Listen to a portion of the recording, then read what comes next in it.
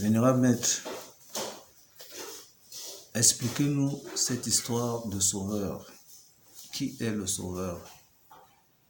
Nous sommes rattachés avec ce litige qui ne finit pas. Qu'est-ce que nous allons devenir? Qu'est-ce que nous allons faire? Qu'en est-il du sauveur? Bon, je peux prendre la parole? Bien sûr, Vénérable Maître. L'histoire du sauveur.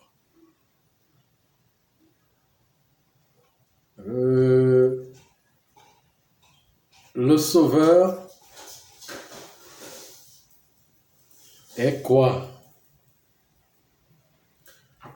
Le sauveur est l'ensemble, la planification cosmique, la planification du système solaire, lunaire, la planification du cosmos qui doit nettoyer complètement des âmes.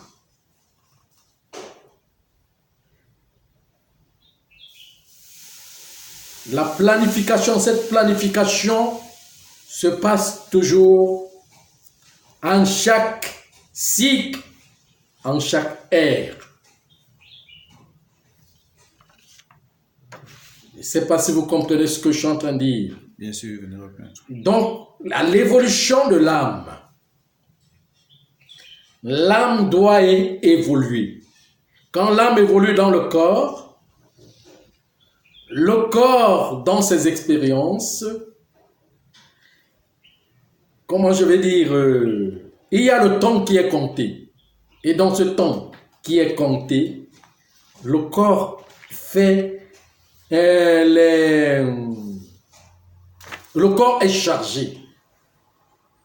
Le corps se charge de plus en plus qu'il fait des expériences, des réincarnations. Le corps accumule beaucoup de dettes. Et ces dettes ne peuvent pas être payées en un cycle.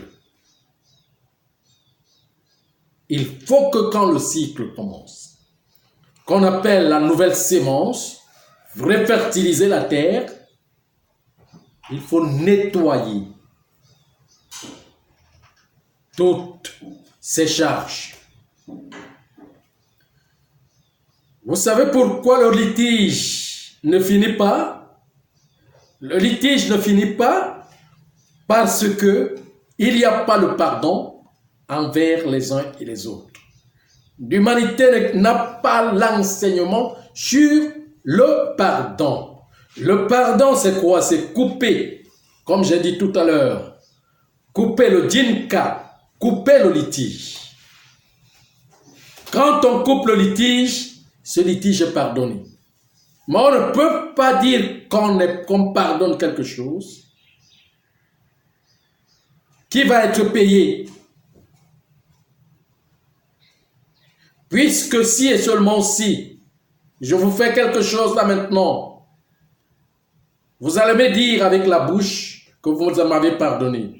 Mais l'enregistreur ne connaît pas ce qui se passe dans la bouche. L'enregistreur enregistre les actes plus. Parce que l'acte est posé. Pardonne-moi. Le litige n'est pas encore fini.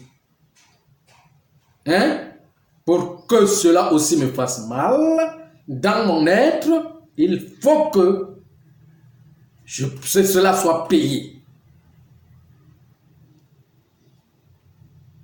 C'est incontournable. Donc pardonne-moi. Ou bien Dieu pardonne mes fautes. Non, ça n'existe pas. Dieu pardonne mes fautes n'existe pas. Sinon, vous serez toujours en train de commettre les fautes pendant que vous demandez à Dieu de pardonner. Si ce genre de pardon existe, les fautes ne finiront pas.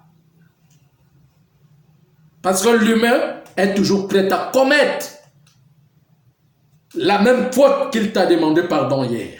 ou qu'il a demandé. Il demande pardon à Dieu là maintenant. Dieu pardonne-moi dans sa prière. Et il part refaire la même chose. Ça n'existe pas. Maintenant, je vous explique en un, comment je vais dire,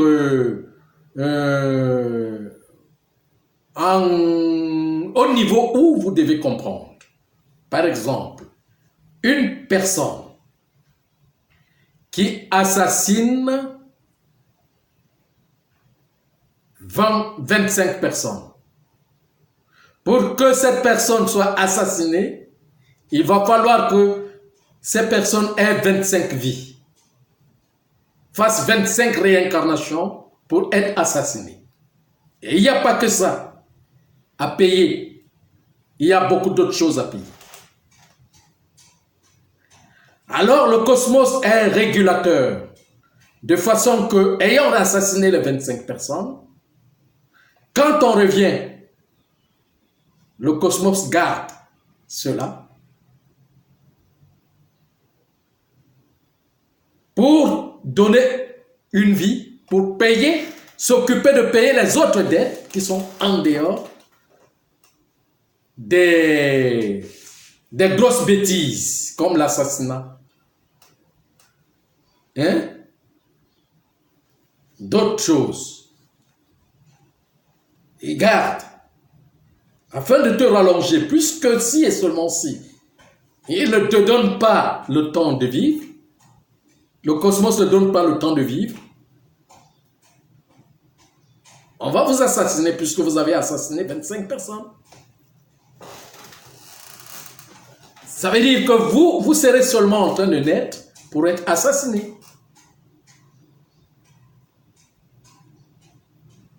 Et maintenant, dans la régulation, les 25 personnes ne peuvent pas être là au même moment pour t'assassiner. Puisque tu assassinais chacun à son tour. Ce n'est pas un fait collectif. Et même si c'est un fait collectif, que tu as assassiné 25 personnes, il te faut 25 assassinats sur ton corps. Alors, il n'y a pas dans le temps qui va donner à un cycle, pour une personne qui a fait beaucoup de fautes, tout cela soit remboursé. Ça ne peut pas être possible.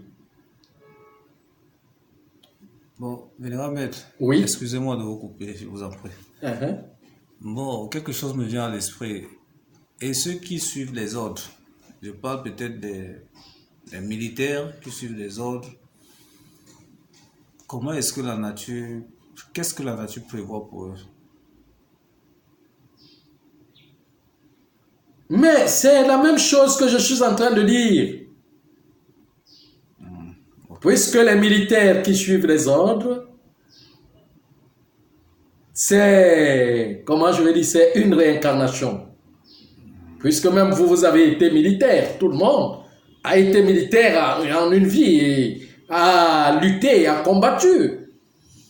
Hein? On n'assassine pas seulement les militaires qui assassinent. Hein? Mais les personnes les plus évoluées peuvent assassiner par la pensée. Ils tuent une personne. Oui. Par la pensée qu'il a pensé.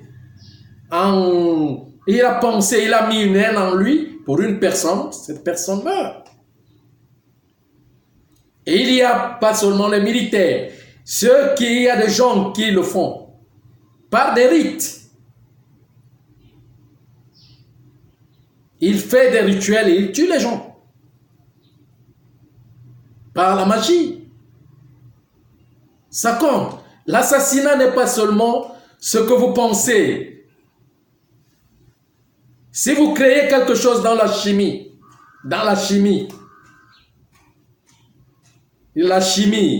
cette nourriture que nous mangeons, là, à un moment, ça va enfreindre la vie des gens. C'est assassiner. On peut même s'assassiner soi-même en consommant.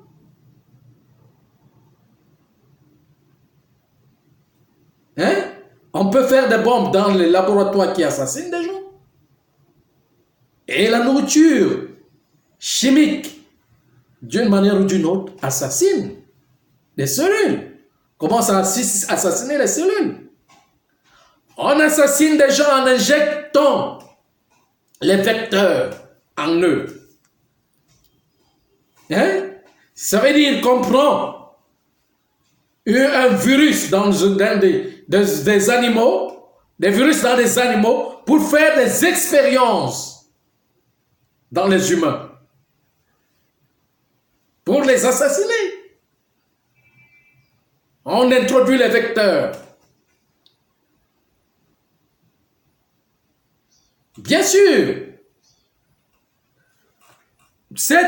comment je vais dire, les sociétés secrètes le font, puisque toutes les milliards de personnes qui sont là maintenant sont ingérables par la société, par les sociétés secrètes. Ils ne peuvent pas les gérer. Et à un certain niveau, on fait des expériences, on prend des virus, on crée les virus pour assassiner des personnes dans dans des continents. Mais il arrive que des gens résistent. Les corps ont des anticorps qui résistent ces virus et ces virus commencent à se répandre.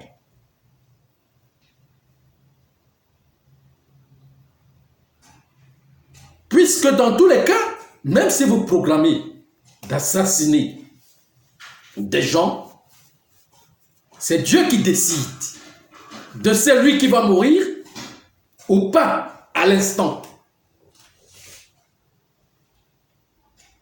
Donc, émettre l'assassinat d'une personne ou des personnes n'est pas les tuer au même moment. Mais on peut les tuer d'une autre manière, donc tout lentement.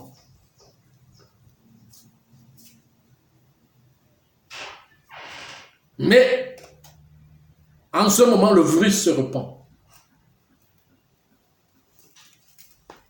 Vous voyez ce que je suis en train de dire. Bon, voilà donc une personne ou des personnes qui ont assassiné des centaines de personnes. Il n'y a pas seulement la guerre même. La plus grande guerre se passe sur le plan métaphysique. C'est au plan métaphysique que les gens meurent avant que ça ne se matérialise sur le plan physique. Il y a des gens morts qui ont été attaqués sur le plan métaphysique. Et meurent pas par la guerre, par des militaires ou bien par quoi que ce soit, mais des attaques. Il y a des gens qui meurent par la nutrition. Qui est introduite avec un vecteur de poison qui les tue lentement. Il y a des formes de l'assassinat. Parce qu'il y a un certain âge que tout le monde entier, tous les humains doivent atteindre. Quand on n'atteint pas cet âge, en dessous de cet âge, on est assassiné d'une manière ou d'une autre. Par rapport à ce qui se passe, par rapport à ce qu'on a consommé, par rapport aux forces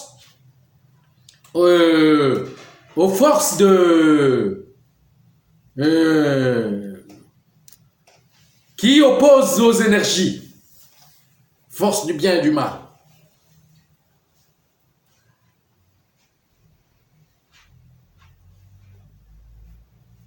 Donc maintenant,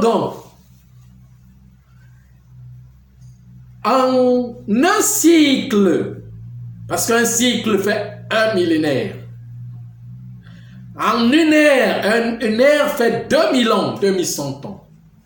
Pour le soleil, 2016 ans pour la lune. Tout l'ensemble, il faut qu'en chaque millénaire, l'âme prenne un degré. L'âme révolue. Donc, dans l'ensemble de ce qui touche l'âme, de ce que l'âme a fait, il y a des choses des nettoyages, des saletés que l'âme elle-même ne peut pas le faire. Il faut que c'est la grande nature. La grande nature qui vient de faire.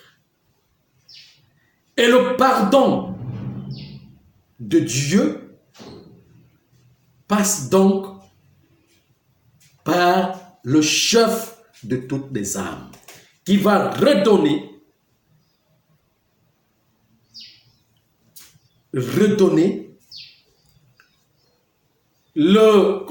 la marche du rite pour le nettoyage souverain. On appelle ça le nettoyage souverain.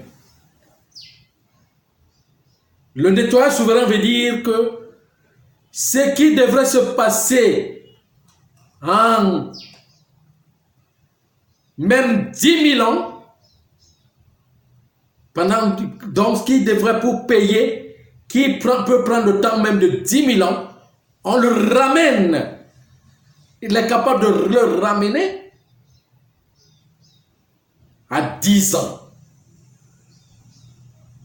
Qu'on appelle la compression.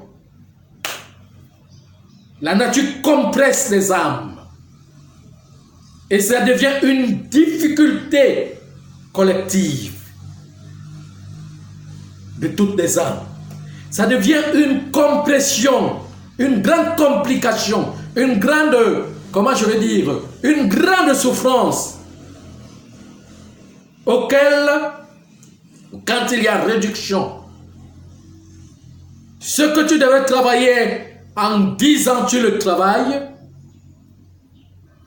en 1 an.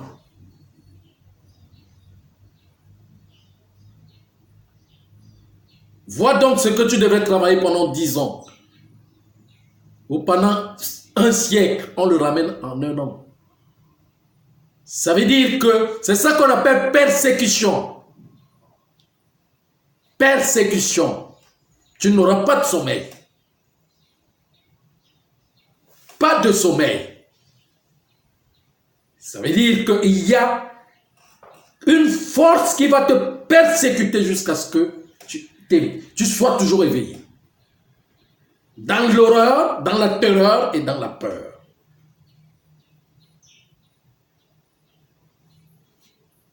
Alors, ramenant donc à cet état, pour compresser toutes les âmes, à la fin d'un cycle lunaire, toutes les âmes à un temps sont comprimées, compressées, collectivement dans le rassemblement, à se nettoyer complètement.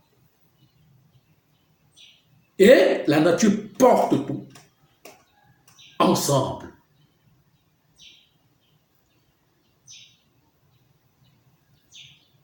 Et la nature doit enlever le processus du corps inférieur dans le corps de péché, le corps que nous avons, le corps inférieur, immature que nous avons, pour le remplacer avec le corps supérieur.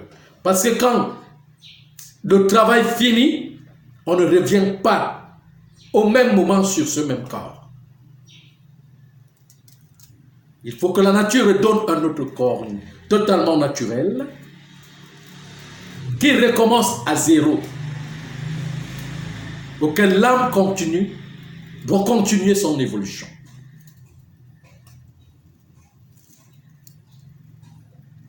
Et ce sont ces informations, cette réglementation qu'on appelle la direction du Sauveur. Et la direction du Sauveur, c'est l'assise des chefs, le premier chef. Le premier-né de tous les anciens. Qui réorganise. Qui réorganise tout l'ensemble. Vous voyez ce que je suis en train de dire. Donc c'est cet état-là. C'est beaucoup trop compliqué que je ne sais pas si et seulement si vous avez la capacité, mais je sais que vous allez comprendre. Parce que c'est l'âme. C'est l'âme qui comprend. Moi, j'enseigne les âmes. Mon enseignement n'est pas basé sur le corps. C'est pour cela que je ne suis pas un séducteur. Quand je commence à transmuter, je ne connais pas la séduction. Donc je ne connais plus soigner le corps. Mais si bien que j'ai des éléments de la nature qui peuvent soigner le corps. Mais on le soigne sans conscience. Quand on soigne le corps sans conscience, il va encore se remettre dans la saleté. Pour soigner le corps complètement, il faut que la conscience renaisse. C'est pour cela que moi je parle de la renaissance. Pour retrouver la chimie des âmes.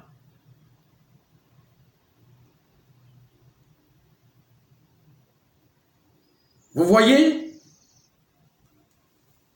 Donc on ne peut pas trouver la séduction chez moi. C'est pour cela que la nature humaine ne peut pas m'aimer.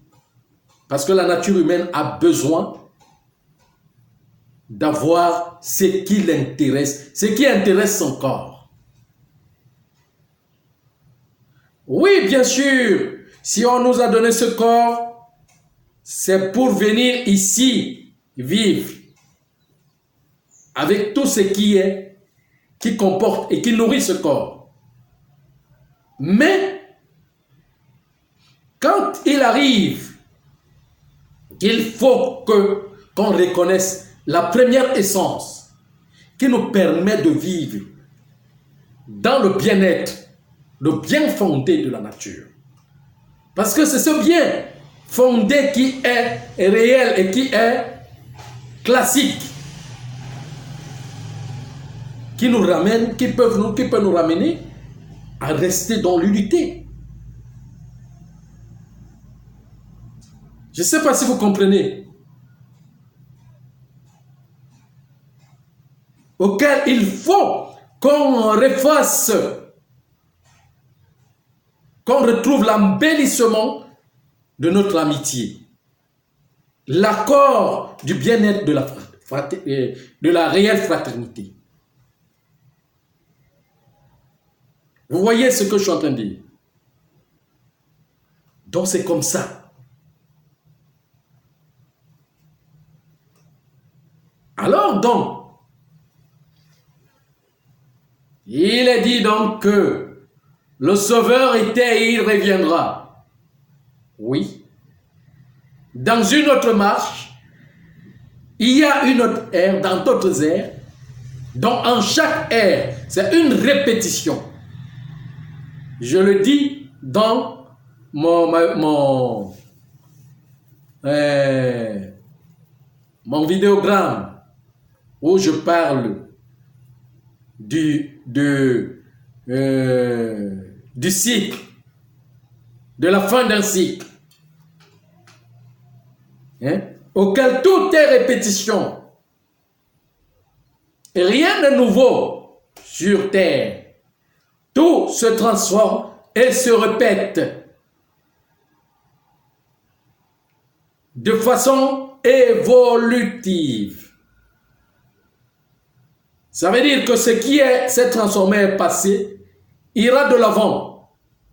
Mais il y a une genèse qui doit recommencer afin que cette genèse fasse la même chose comme ceux qui l'a précédé.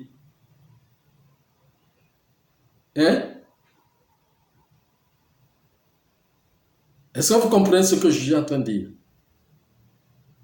Comme celle qui l'a précédé, qui était ici et qui a fait le même travail.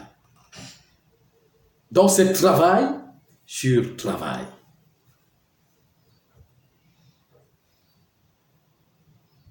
Voyez un peu ce que je suis en train de dire. Donc c'est ça. Il faut donc la clarté de cet enseignement qui parle du Sauveur et de comprendre ça sur la réforme qui ramène dans l'illumination. Et non de comprendre ça dans des choses primaires, des choses vagues qui n'ont pas de sens. Alors c'est la nature qui agit. C'est la nature qui travaille. C'est la nature qui comporte le temps. C'est la nature qui crée l'humanité. Il faut toujours le comprendre. Nous sommes issus de la terre et c'est la terre qui nous reproduit. Sémence de la terre pour être plantée afin d'être recréée, afin d'être créée. En chaque temps renouvelable.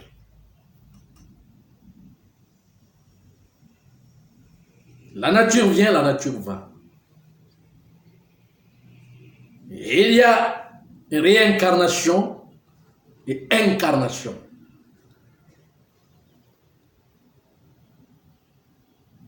Quand la réincarnation, dans la réincarnation, on réincarne, à la fin, il faut incarner. Il faut incarner la sagesse évolutive, l'intelligence, le génie supérieur, pour qu'il l'amène dans les ondes les plus supérieures.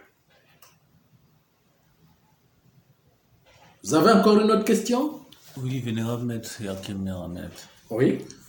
J'aimerais savoir la différence entre le pardon et la miséricorde.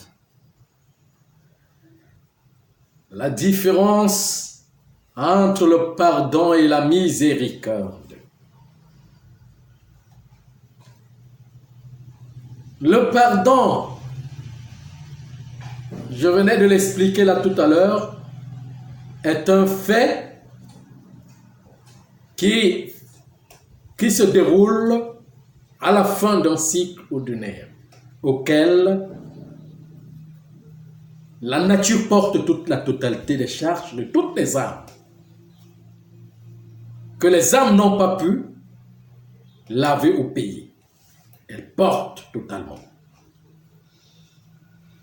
Pour relaver, afin que l'âme continue son évolution. Maintenant, miséricorde veut dire compression, l'humiliation. Pour retrouver l'humilité, il faut que tout l'ensemble des âmes cohésionnent, se rabaissent, toutes les personnes s'humilient complètement pour demander pardon à la nature, pour l'avoir méprisé.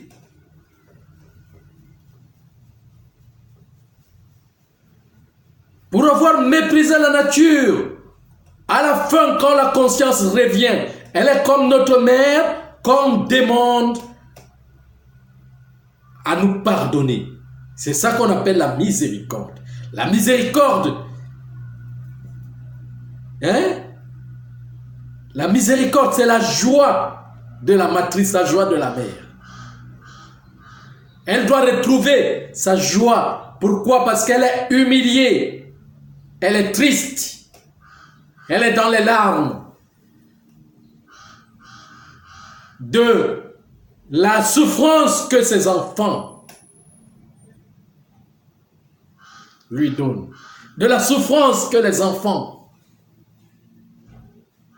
Parce que les enfants font souffrir leur mère. Nous faisons souffrir notre mère. Donc quand le pardon de Dieu vient pour relaver toutes les âmes, il y a reconnaissance et regret. Quand on reconnaît qui est Dieu, on regrette. Et de là, on devient pieux. On s'humilie. Pour trouver l'humilité, il faut totalement s'humilier. Et on doit s'humilier volontairement. Donc regretter d'avoir martyrisé la nature, de l'avoir laissée, de l'avoir méprisée. de tout ce qu'elle fait pour nous.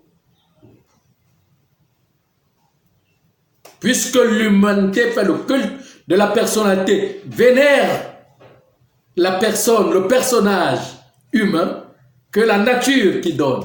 Et pourtant, c'est la nature qui représente le corps de Dieu. Vous comprenez ce que je suis en train de dire? Voilà donc ce qu'on appelle miséricorde. Hein? Retrouver la reconnaissance, le regret.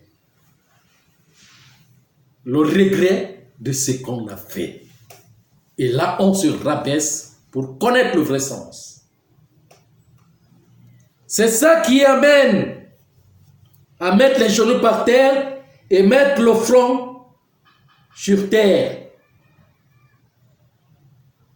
Vous voyez le symbole que le pape fait souvent quand il arrive dans une terre, il se met à genoux et il baise cette terre. C'est pour dire quoi? C'est pour vénérer. C'est lui qui nous donne. Mais quand ils viennent, ils ne vous expliquent plus ce que ça veut dire. Ils vous bloquent et ils se bloquent eux-mêmes. Se rabaisser et lui demander pardon. Mettre le front par terre et lui supplier, demander pardon. Je ne savais pas qui tu étais. Donc c'est toi qui me portes réellement. Et moi, je suis en train de te dilapider, de te vendre, de faire toutes les conneries sur toi, de me faire de l'argent, de faire mon bien-être à moi-même, à moi seul, et pourtant c'est toi qui es toute la ressource de ma vie. L'humain ne connaît pas ça. L'humain connaît que Dieu, c'est un être humain, c'est l'humain. L'humain connaît le Dieu qui est humain. Il ne connaît pas le Dieu qui est universel. Le Dieu humain petit, là, il ne crée pas. Et il le résume. Et même quand on parle de la grande humanité qui est même, comment je vais dire, qui est même qui crée même l'humanité, parce que c'est la grande humanité qui crée les métaux, et qui fabrique, voilà, l'humanité dans le laboratoire. Même cette grande humanité, parfois refuse qu'on l'appelle Dieu. Non.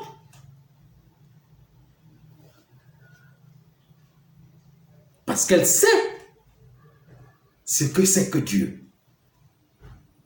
Parce que nous tous, nous devons honorer, vénérer l'univers.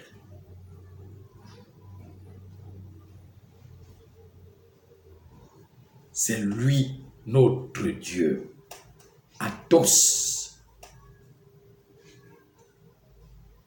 Vous voyez? Vous avez encore une autre question? Non, merci, Vénérable.